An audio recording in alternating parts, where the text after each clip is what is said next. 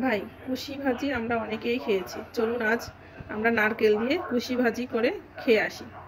কুশিটা আমি ছিলে ভালো করে ধুয়ে নিয়েছি। দেখেন এভাবে কুচিয়ে নিয়েছি পাতলা পাতলা করে। কুশিটাকে এভাবে পাতলা পাতলা করে কুচিয়ে নেবেন, তাহলে কুশি ভাজিটা ভালো হবে।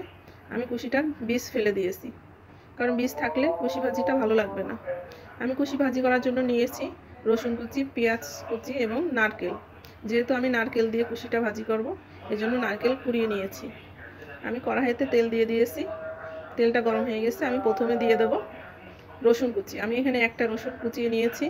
রসুনটা আগে তেলের পরে দিলে একটা সেন্ট আসে এবং কুশির যে ভটকা একটা গন্ধটা থাকবে না রসুন কুচি দিলে। এজন্য কুশি ভাজিতে আপনি রসুন কুচায়ে দিবেন, তাহলে দেখবেন কোনো গন্ধ থাকবে না। আমি এর ভিতরে দিয়েছি পেঁয়াজ কুচি।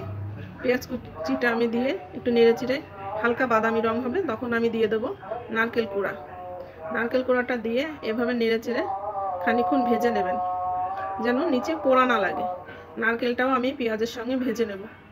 নারকেলটা একটু ভাজা ভাজা হলে দেখবেন একটা ভালো সেন্ট আসে। এই জন্য আমি নারকেলটাকে একটু ভাজা ভাজা করে নেব। এবার এর ভিতরে আমি দিয়ে দেব কুশিগুলো আমি আগে থেকে লবণ, হলুদ এবং কাঁচা ঝাল দিয়ে সিদ্ধ করে নিয়েছি। এবার এগুলো আমি এর ভিতরে ঢেলে দেব। ঢেলে দিয়ে এটাকে ভালো করে নেড়ে চেড়ে নারকেলটাকে মিশিয়ে নেব। নাড়ার সময় আপনি সাবধান থাকবেন এবং আস্তে আস্তে করে নাড়বেন, যেহেতু কুশি নরম তরকারি। বেশি জোরে জোরে নাড়াচাড়া করলে ঘাটা ঘাটা হয়ে যাবে। দেখেন আমি কিভাবে আস্তে আস্তে নেড়ে এটাকে মিশিয়ে দিচ্ছি এবং এভাবে ফাঁকা ফাঁকা করে কুশিটাকে ভেজে নিতে হবে।